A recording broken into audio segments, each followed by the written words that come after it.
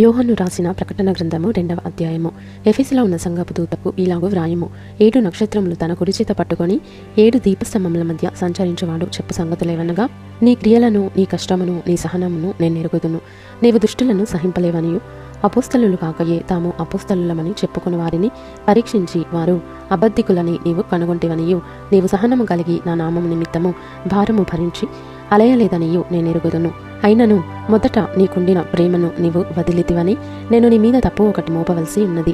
నీవు ఏ స్థితిలో నుండి పడితివో అది జ్ఞాపకము చేసుకుని మారు మనసు పొంది ఆ మొదటి క్రియలను చేయుము. అట్లా చేసి నీవు మారు మనసు పొందితేనే సరి. లేని ఎడల నేను నీ వద్దకు వచ్చి నీ దీపస్తంభమును దాని చోట నుండి తీసివేతును. అయితే ఈ ఒకటి నీలో ఉన్నది, నీకొలాయితుల క్రియలు నీవు ద్వేషించుచున్నావు, నేను కూడా వీటిని ద్వేషించుచున్నాను. చెవిగలవాడు ఆత్మ సంగములతో చెప్పుచున్నమాట వినుగాక. జయించేవానికి దేవుని పరదేశంలో ఉన్న జీవవృక్ష ఫలములు భుజింపనిద్దును. స్మృణలో ఉన్న సంగపు దూతకు ఇలాగు వ్రాయము.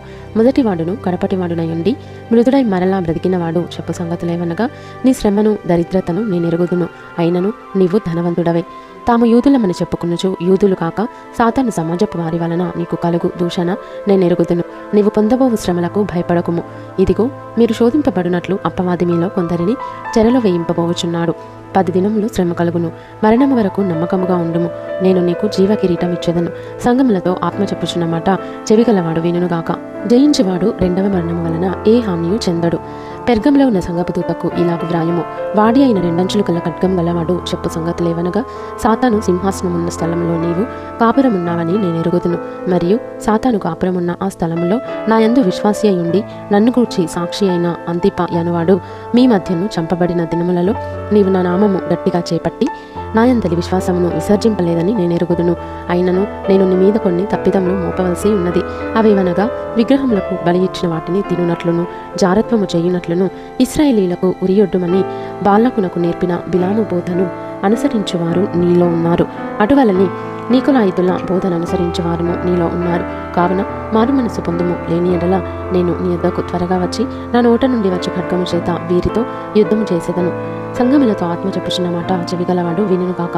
జయించేవానికి మరుగయున్న మన్నాను భుజింపనిత్తును, మరియు అతనికి తెల్ల రాతినిత్తును. ఆ రాతి మీద చెక్కబడిన యొక్క క్రొత్త పేరుండును. పొందిన వానికే గాని అది మరి ఎవనికిని తెలియదు. తుయతైరలో ఉన్న సంగపు దూతకు ఈలాగు వ్రాయము.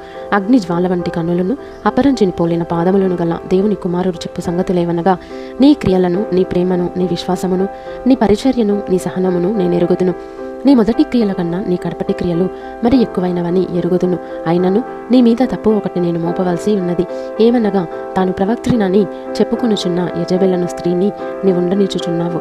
జారత్వము చేయుటకును, విగ్రహములకు బలి ఇచ్చిన వాటిని తినుటకును అది నా దాసులకు బోధించుచు వారిని మోసపరచుచున్నది. మారు మనసు పొందుటకు నేను దానికి సమయం ఇచ్చితిని గాని అది తన జారత్వము విడిచిపెట్టి మారు మనస్సు పొందనొల్లదు. ఇదిగో, నేను దానిని మంచము పట్టించి దానితో కూడా వ్యభిచరించువారు దాని క్రియల విషయమై మారు మనసు పొందితేనే గాని వారిని బహుశ్రమల పాలు చేతును. దాని పిల్లలను నిశ్చయముగా చంపెదను.